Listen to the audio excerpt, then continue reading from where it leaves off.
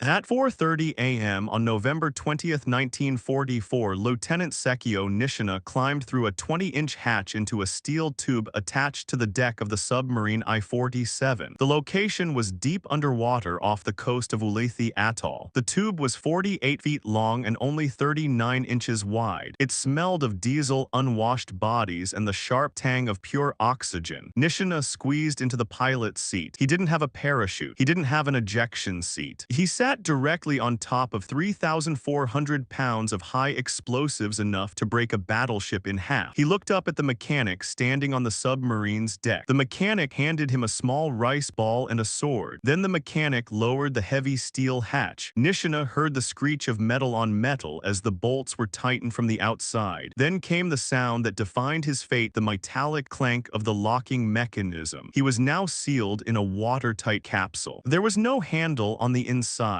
Even if he wanted to change his mind, he couldn't. He was now a biological component of a machine. In the next 10 minutes, Nishina would be launched into the black water. He would pilot the Kaiten, the human torpedo. To the Japanese high command, it was a special attack weapon. To the Americans, it was a suicide bomb. But to the engineers who built it, it was a desperate solution to a physics problem. How do you guide a torpedo when radar doesn't work underwater? You don't use a computer, you use a man. The story of the Kaiten doesn't begin with a cult, it begins with a machine. The Type 93 torpedo, known to the Allies as the Long Lance. In 1943, this was the most advanced underwater weapon on Earth. American torpedoes ran on compressed air. They left a massive trail of white bubbles awake that allowed ships to see them coming and dodge. The Japanese engineers solved this with chemistry. They built an engine that ran on pure oxygen. Oxygen burns hotter and cleaner than air. It leaves almost no bubbles. It made the Type 93 invisible in the water. It could travel at 50 knots for 20 miles, 3 times the range of American torpedoes. But it had a fatal flaw: guidance. At 20 miles, even a 1-degree error meant missing the target by half a mile. The Japanese Navy had a super weapon that couldn't hit anything at maximum range. 2 young officers, Lieutenant Nishina and Lieutenant Kuroki, looked at the blueprints. They were engineers. They saw the wasted potential of the Type 93. They proposed a horrifying modification. Cut the torpedo in half, they said. Insert a cockpit between the engine and the warhead. Put a pilot inside with a periscope. He can steer it all the way to impact. The high command initially refused. It was too barbaric. But by 1944, the war was lost. The Americans were closing in. Desperation replaced morality. The engineers at the Kure Naval Arsenal were given the green light. They took the 600-kilogram warhead off the Type 93 and replaced it with a 1,550-kilogram monster warhead. They welded a pilot's compartment to the engine. They created the Type 1 kite. The name meant return to heaven. It was a lie. There was no return. They didn't recruit seasoned submarine veterans for this. They recruited students. The pilots came from the Yakaran, the preparatory flight training program. They were 17, 18, 19 years old. They were university students studying literature, philosophy, and art. The training base was established on the island of Otsushima. It was a secret facility. The students were told they were testing a new secret weapon. When they saw the steel tubes, the reality set in. They weren't pilots, they were guidance systems. The training itself was lethal. The Kaiten was notoriously difficult to control. The oxygen engine was volatile. If the pilot opened the fuel valve too fast, the engine exploded. If he went too deep, the pressure crushed the hull. During training alone, 15 pilots died. They suffocated in the mud of the bay or were blown apart when their engines malfunctioned. The students called the Kaiten the metal coffin, but the psychological engineering was as strong as the steel. The pilots were treated like gods. They were given the best food, white rice, sugar sake, while the rest of Japan starved. They wrote their wills. They sent locks of hair and fingernails home to their mothers in small wooden boxes because they knew there would be no body to bury. When a Kaiten hits a ship, the pilot is vaporized. On the morning of the first mission, Nishina sat in the dark tube. The submarine I-47 was submerged. The Kaiten was clamped to the deck outside. To get into the weapon, the pilots had to crawl through a narrow access tube connecting the submarine to the torpedo. This was the moment of maximum horror. The access tube was a long, cold umbilical cord. Once the pilot crawled through it and dropped into the Kaiten, the submarine submarine crew inside the sub would close the hatch behind him. Then the pilot would close his own hatch. He was trapped between the ocean and the sub. Then came the telephone call. There was a hard-wired phone line connecting the Kaiten to the sub's captain. Kaiten number 1 report status. Ready, launch. The clamps were released. The Kaiten didn't shoot out like a normal torpedo, it simply fell off the deck. The pilot felt a lurch as the 8-ton weapon dropped into the void. He was now free floating in the Pacific Ocean 50 feet underwater in total darkness. This is where the video game myth dies. Piloting a Kaiten wasn't like flying a plane. It was like driving a car at 60 miles per hour while looking through a straw at night. The pilot had a small periscope, but he could only use it for 3 seconds. If he kept it up longer, the white foam created by the periscope cutting through the water would alert the American gunners. So the pilot had to memorize the target's location. Pop the periscope up, see the ship, calculate the angle in your head, drop the periscope, check the gyro compass, drive blind for 40 seconds. It was a nightmare of geometry. The currents pushed the Kaiten off course. The oxygen engine vibrated so hard the pilot's teeth rattled. The heat inside the tube rose to 100 degrees Fahrenheit. The air became thick with oil fumes. Many pilots passed out from carbon monoxide poisoning before they even reached the target. But Nishina was the inventor. He knew the machine. He ignited the engine. The 550 horsepower turbines screamed to life. He felt the G-force push him back into the canvas seat. He steered toward the Ulithi Lagoon where the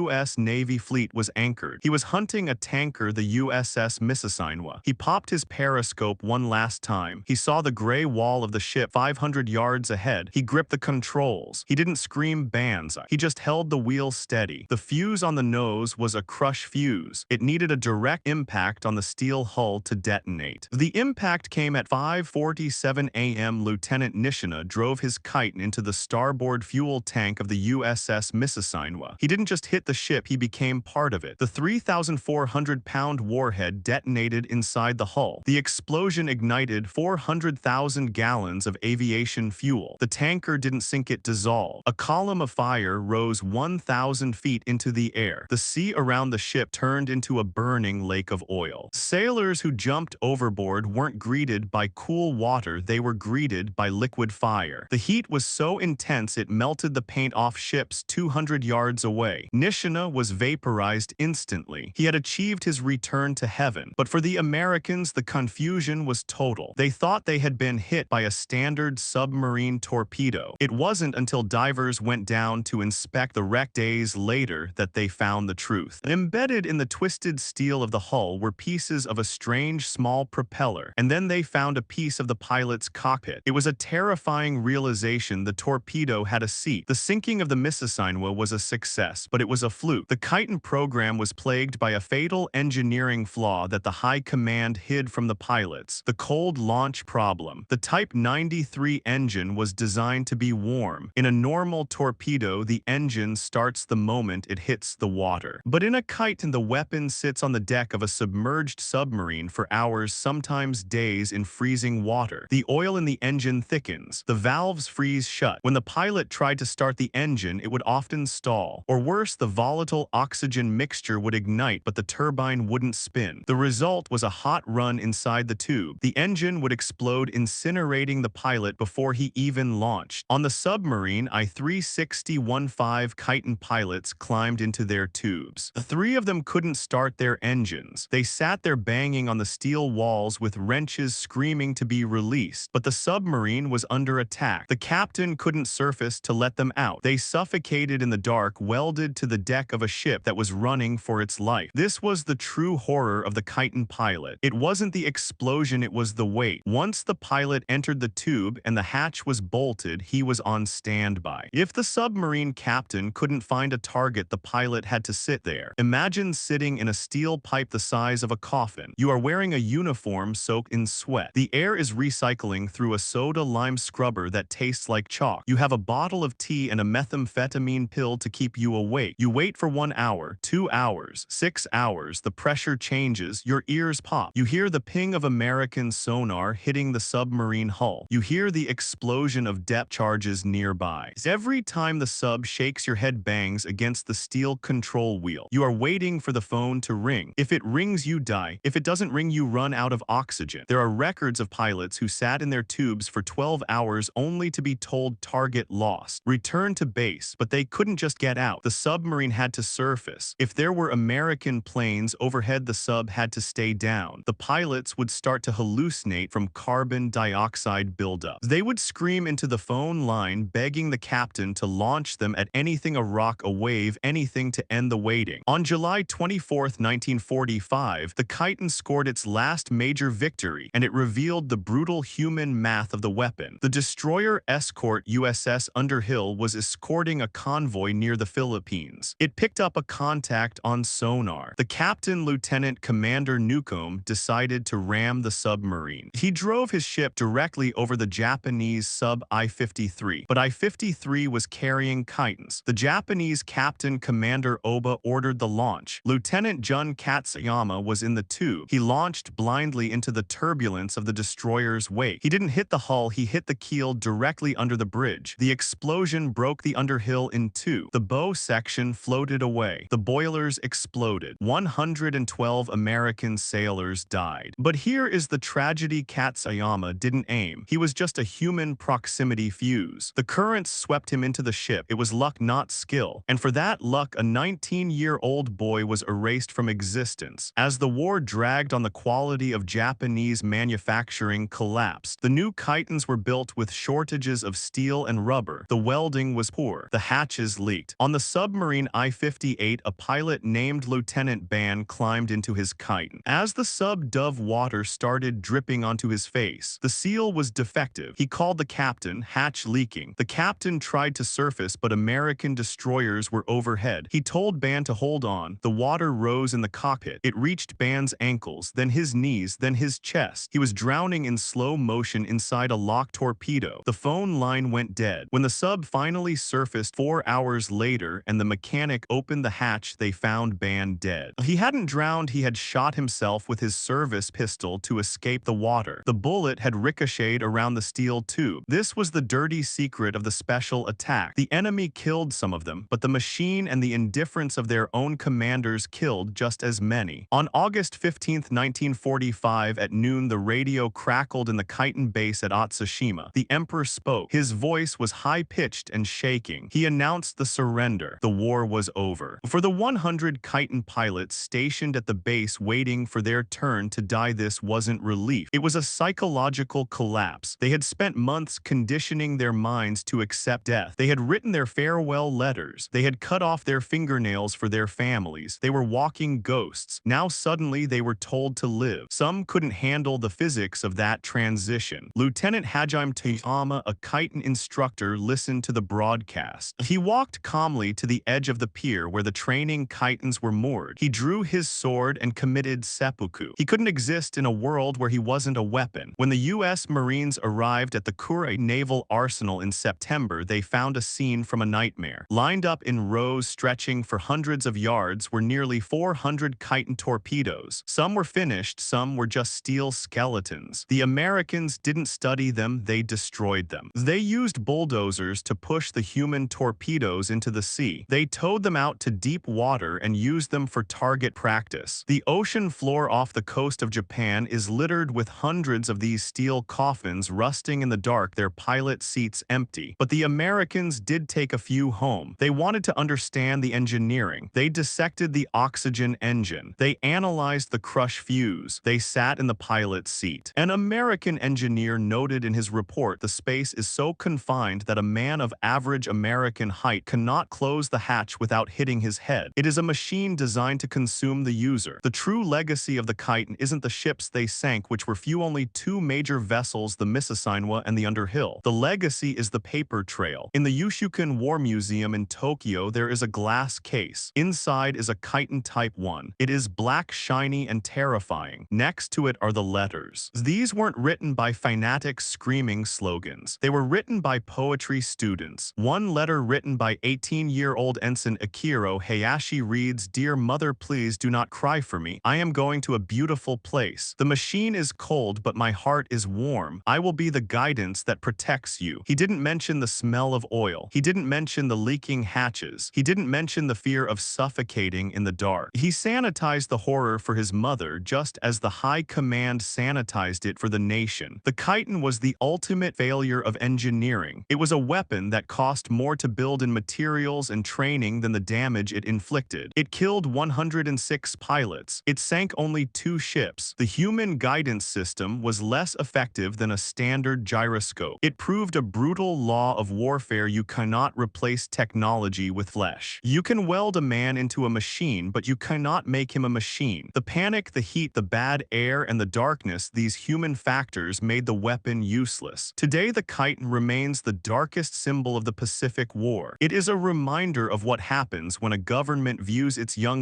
men not as soldiers, but as spare parts. The hatch was welded shut from the outside, but the real prison was the ideology that built it.